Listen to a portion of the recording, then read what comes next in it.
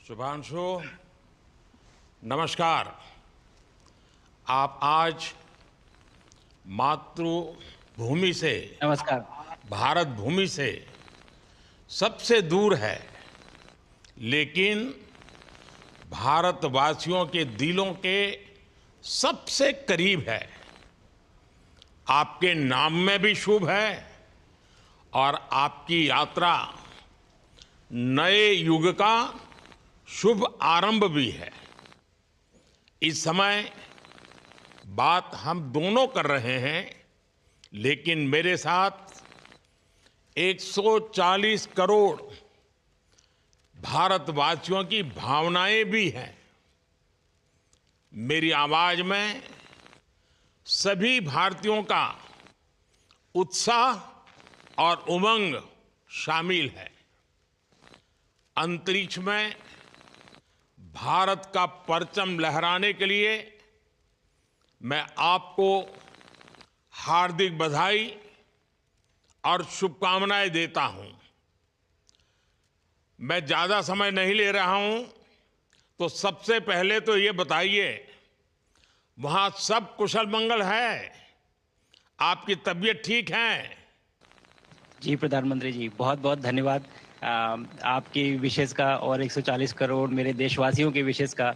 मैं यहाँ बिल्कुल ठीक हूँ, सुरक्षित हूँ। आप सबके आशीर्वाद और प्यार की वजह से बहुत अच्छा लग रहा है। बहुत नया एक्सपीरियंस है ये और कहीं न कहीं बहुत सारी चीज़ें ऐसी हो रही हैं जो दर्शाती हैं कि मैं और मेरे जैसे बहुत सारे लोग हमारे देश में और हमारा भारत किस दिशा में जा रहा है।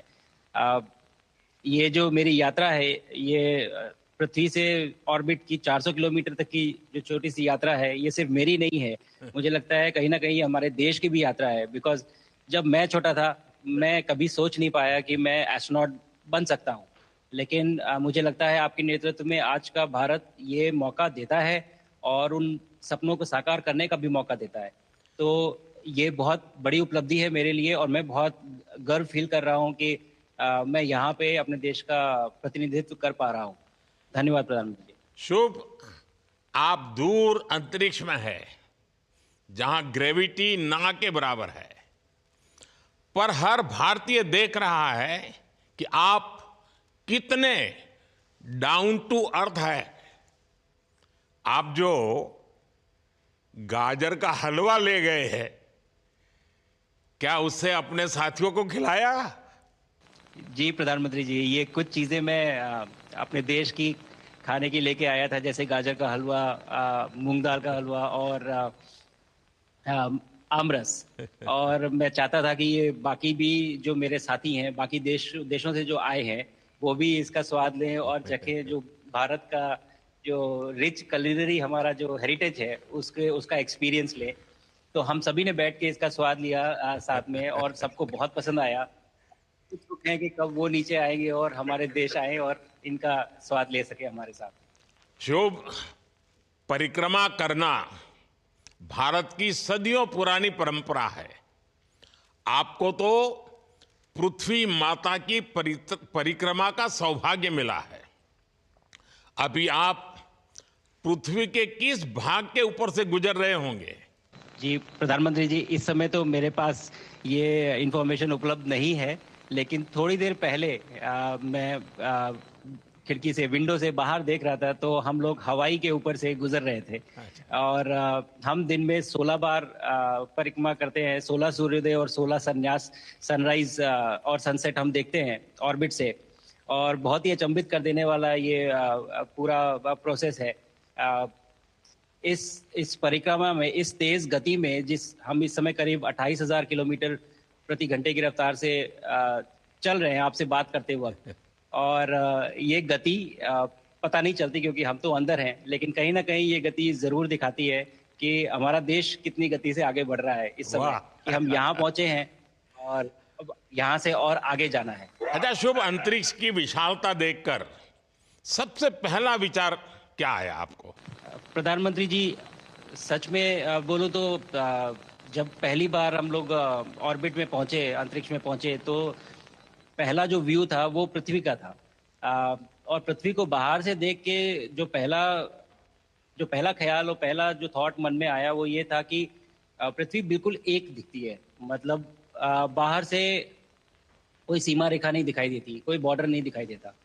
और दूसरी चीज जो बहुत नोटिसेबल थी, जब पहली बार भारत को देखा तो हम मैप पे पढ़ते हैं भारत को, हम देखते हैं बाकी देशों का आकार कितना बड़ा है, हमारा आकार कैसा है, वो मैप पे देखते हैं। लेकिन वो सही नहीं होता, क्योंकि वो एक हम 3D ऑब्जेक्ट को 2D यानी पेपर पे हम उतारते हैं।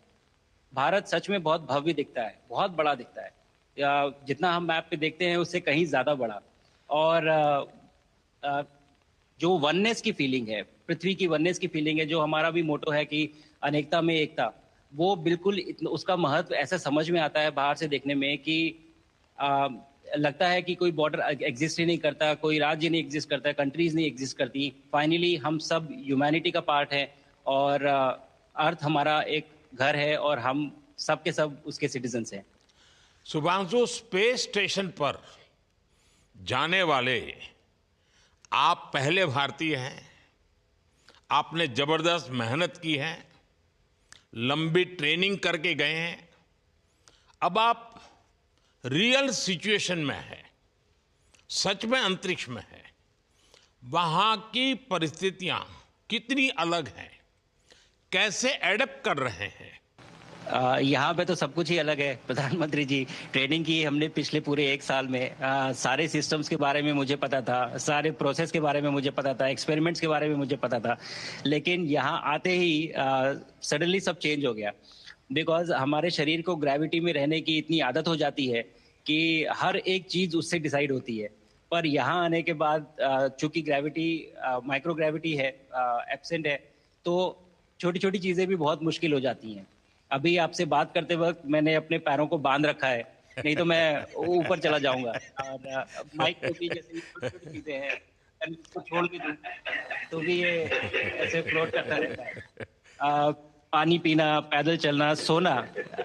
सोना बहुत बड़ा चैलेंज है। आप छत पे सो सकते हैं, आप दीवारों पे सो सकते हैं, आप जमीन पे सो सकते हैं। तो पता सब कुछ होता है प्रधानमंत्री जी, ट्रेनिंग अच्छी है, लेकिन वातावरण चेंज होता है तो थोड़ा सा यूज टू होने में 1-2 दिन लगते हैं, बट फिर ठीक हो शुभ, जाता है, फिर भारत की नॉर्मल हो जाता है। ताकत साइंस और स्पिरिचुअलिटी दोनों है। आप अंतरिक्ष यात्रा पर हैं, लेकिन भारत की यात्रा भी चल रही होगी। भीतर में भारत दौड़ता होगा।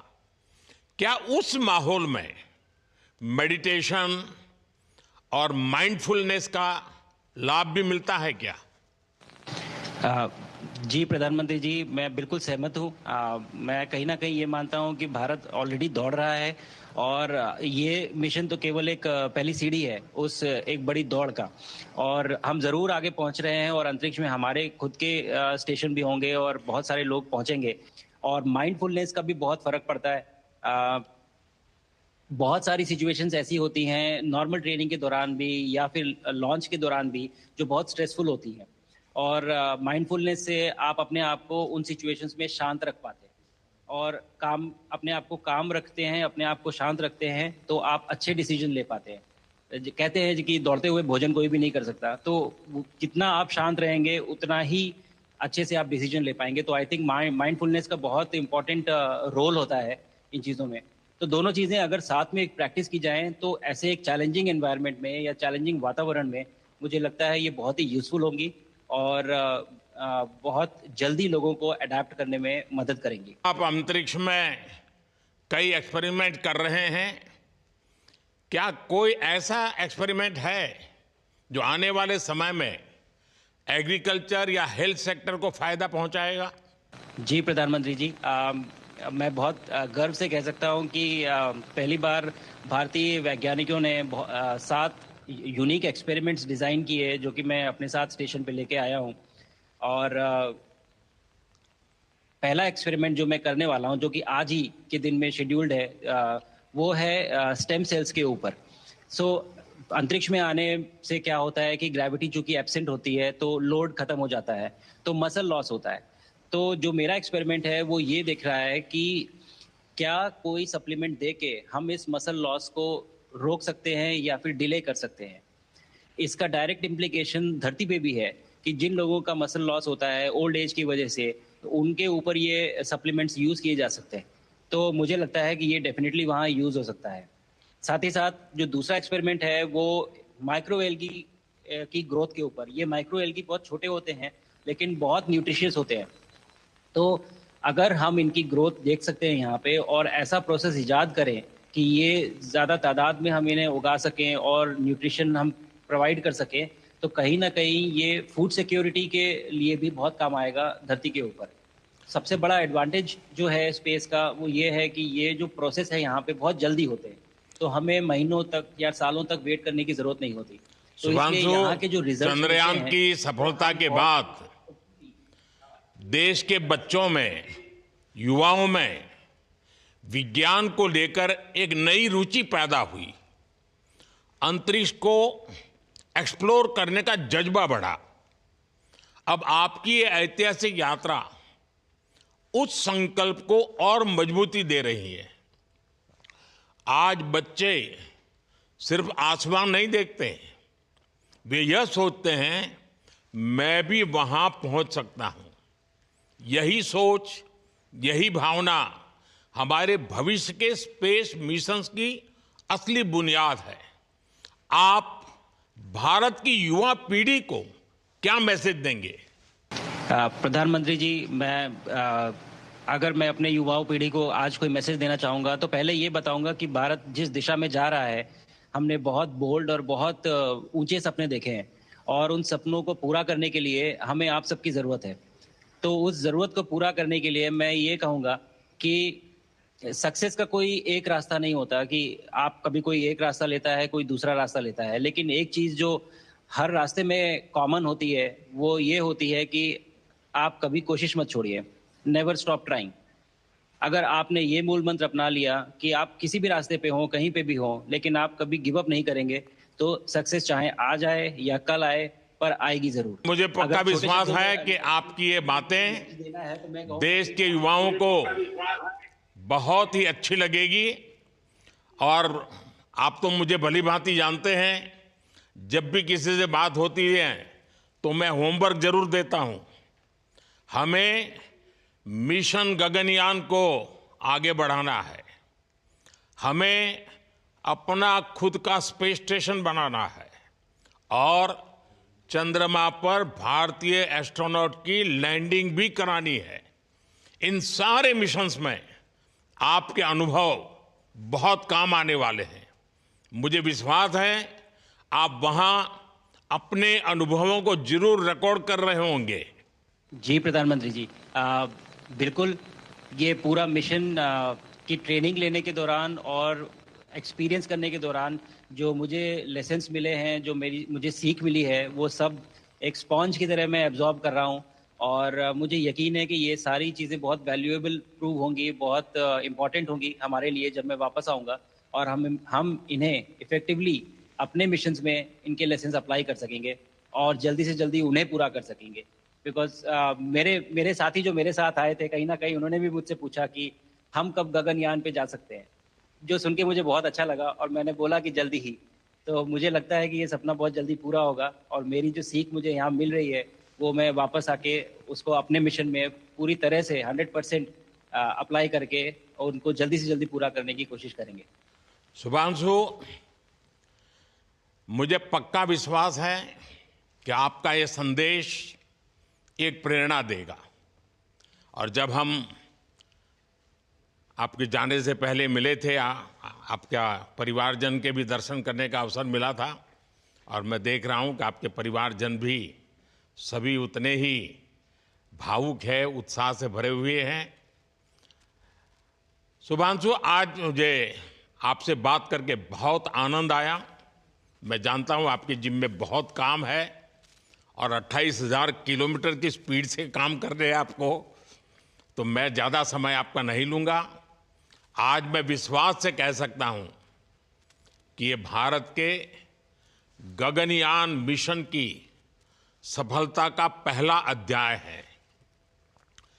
आपकी यह ऐतिहासिक यात्रा सिर्फ अंतरिक्ष तक सीमित नहीं है, यह हमारी विकसित भारत की यात्रा को तेज गति और नई मजबूती देगी।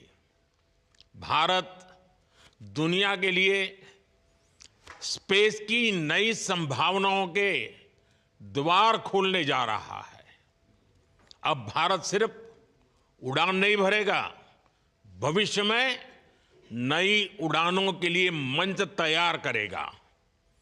मैं चाहता हूं, कुछ और भी सुनने की इच्छा है आपके मन में, क्योंकि मैं सवाल नहीं पूछना चाहता, आपके मन में जो भाव है अगर वो आप प्रकट करेंगे, देशवासी सुनेंगे, देश की युवा पीढ़ी सुनेगी, तो मैं भी खुद बहुत आतुर हूं कुछ और बातें आपसे सुनने के लिए। धन्यवाद प्रधानमंत्री जी। आप यहाँ ये पूरी जर्नी जो है ये अंतरिक्ष तक आने की और यहाँ ट्रेनिंग की और यहाँ तक पहुँचने की, इसमें बहुत कुछ सीखा है प्रधानमंत्री जी मैंने। लेकिन यहाँ पहुँचने के बाद मुझे पर्सनल एकम्प्लिशमेंट तो एक है ही, लेकिन कहीं ना कहीं मुझे ये लगता है कि ये हमारे देश के लिए एक बहुत बड़ा कलेक्टिव अचीवमेंट है। और मैं हर एक बच्चे को जो ये देख रहा है, हर एक युवा को जो ये देख रहा है, एक मैसेज देना चाहता हूँ, और वो ये है कि अगर आप कोशिश करते हैं और आप अपना भविष्य बनाते हैं अच्छे से, तो आपका भविष्य अच्छा बनेगा और हमारे देश का भविष्य अच्छा बनेगा। और केवल एक बात अपने मन में रखिए, that sky is never the limit, ना आपके लिए, ना मेरे लिए और ना भारत के लिए।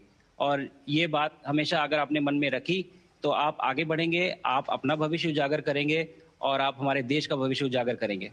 और बस मेरा यही मैसेज है प्रधानमंत्री जी। और मैं बहुत बहुत ही भावुक और बहुत ही खुश हूं कि मुझे मौका मिला आज आपसे बात करने का और आपके थ्रू 140 करोड़ देशवासियों से बात करने का।